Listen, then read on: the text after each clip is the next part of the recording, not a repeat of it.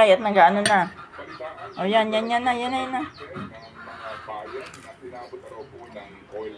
Ano ba ang tawag nyo rito? Oil spill, oil sheen, oil slick, ano ho ba? Sir Ted, may mga oil sheen po tayo nakikita. Ito po yung thin layer. And then meron din po mga sided na oil. Kung may bababay ka, may mga pusa. Na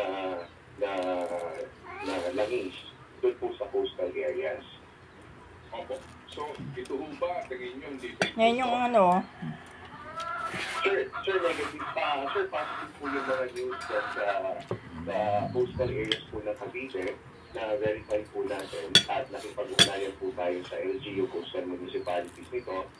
Ganun din po ang pakikipag-ugnayan. Magligo ka't mainit ngayon. To Hindi. combine our approaches and at the same time yung po ating mga measures para po makapaganda ng mga mitigating activities to avert yung pong paglapit nitong oil spill sa coastal. At the same time, Sir Ted, nagkandak na rin po tayo ng coastal cleanup dito po sa mga areas na may nakikita po tayo oil spill. Okay. So, Sir Michael, Ba't tinapon mo? possibly po, saan kaya, kasi sabi ko nung una, pwede nung dububog itong Terra Nova, nagkaroon ng tagas, pati ng engine fuel, no?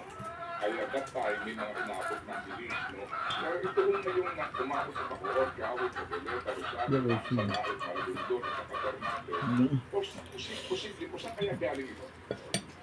Sure, Ted, nagkandak po tayo ng test doon po sa mga nakuha natin ng mga langis sa areas po ng mga Cavite municipalities, coastal areas po nila, no? At the same time, Sir Ted, tinatry po natin or sinapit na po natin yung mga datos na nakuha po natin para mapag-alaman kung yung mga langis na yan ay tutugma dun sa mga langis na galing po sa water tanker Terra Nova.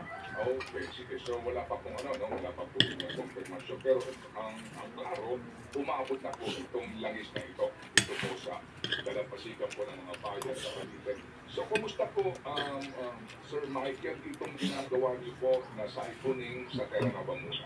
Ano pong ating update sa ito? Sir Ted, positive po yung mga activities na ginagawa po natin kasama po yung Salvor at mga operators po nitong mag-siphon and magpakandak ng salvage operation dito sa motor tanker Terra Nova. Naka-preposition na po, Sir Ted, no? Yung ating motor tanker Helena Marie, kung saan dyan po ilalagay yung sa siphon na langis. Nandun na rin po, Sir Ted, yung barge on board po doon, yung mga siphoning equipment, almost nasa 500 meters away po doon sa ground zero. Ang ginagawa na lang po natin, Sir Ted, no? Marahan at maingat po natin pinakandak yung pong recapping and resealing ng lahat po ng mga valves.